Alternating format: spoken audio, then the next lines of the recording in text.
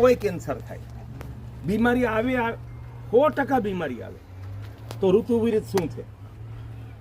ગ્રીષ્મ ઋતુ બેસે વૈશાખ મહિને, ત્યાંથી ટમેટું, ગાજર, કોબી, ફુલાવર અને મેથી એ ઋતુ વિરુદ્ધ છે. ચૈત્ર મહિનો પૂરો થાય ને ત્યાં સુધી જ ખાવાનું. અને આ ખેતરમાં તમે કલ્પના ના કરો ને એટલા ટમેટા હતા ચૈત્ર મહિનો બેસતા સુધી. અને વૈશાખ મહિનાની ગરમી પડી ને તો પાયકા પેલા સફેદ થઈ ગયો. એટલે કુદરત જ ના પાડે. અને જ્યાં વૈશાખ મહિનો પૂરો થયો ને ત્યાં તો છોડ કાળા પડીને સુકાઈ ગયા. અત્યારે સોમનાથથી કોઈ ગાડી લઈને નીકળે અને દિલ્હી સુધીમાંથી એક ખેતરમાંથી એક ટમેટું મને ગોતી આવી દે ને તો મારે 10 લાખ રૂપિયા દેવા. એક ટમેટાના 10 લાખ ના મળે તો તમે શું ખાવ છો એ કોઈ વિચાર કર્યો નહીં. કારણ કે એમાં તમારો વાંક નથી, તમારે ખેતી નથી, અથવા તમે સિટીમાં આવતા ખેતી હતી.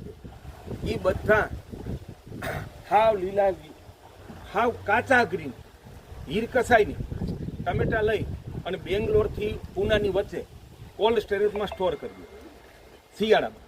પછી ભયાનક કેમિકલ નાખી અને પેટી ખોલી કોલ્ડ સ્ટોરેજ કાઢી પેટીમાં નાખી કેમિકલ નાખીને પેક કરે.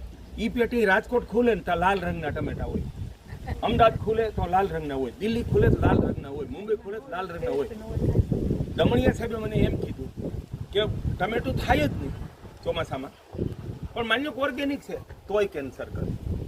ગાજર કેન્સરની દવા છે પણ ચોમાસામાં ખાવ તો કેન્સર કરે. પછી કોબી, આટલી મારી ઉંમર થઈ, 20 વર્ષથી મારો અભ્યાસ છે, ખેડૂતો સાથે જ રહું છું. 20 વર્ષની ઉંમરથી 40 વર્ષનો અભ્યાસ છે.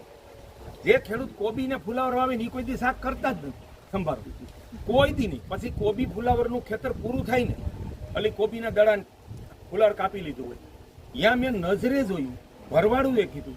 એ કે પછી ખેડૂત એમ કે હવે તારી ગાયું અહીં લઈ આવે. તો બોલો ગાયું છે ને એ હુંકીને મૂકી દે. અને બૈરાનું ખબર જ પડતી હતી એના ઘરમાં એકેય દી ટમેટા વિના ન હાલે અને એકેય દી કોબી વિના ન હાલે. પાછા મર્યાદામાં ખાવ તો વાંધોય નહીં. તમે જીવન સ્ટાઇલ જ એવી કરી નાખી એટલે આ ચારવાના નહીં ખાવાના.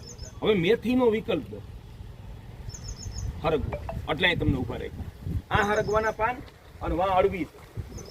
અળવી માથે જંતુ અમે નાનપણથી અત્યાર સુધી જોયું જ નહીં. તમે આખું વીતીને બજારમાંથી અળવી લઈ આવો, એમાં દવા હોય નહીં, હોય જ નહીં. તમને બજારમાંથી હાવ દવા વગરની ચીજ મળતી હોય ને તો કાચું પપૈયું, અળવીના પાન, સરગવો અને ગાજર, બરોબર છે, અને કોળો. આને દવા છાંટવી જ નથી પડતી, ગમે ત્યાંથી લ્યો. અહીં મારા ખેતરમાંથી લઈ જાવ તોય ઓર્ગેનિક, હે, અને સુરણ એ ઓર્ગેનિક હોય. અને સુરણ આતેડાની દવા છે. લોકો બટેટા ખાય છે,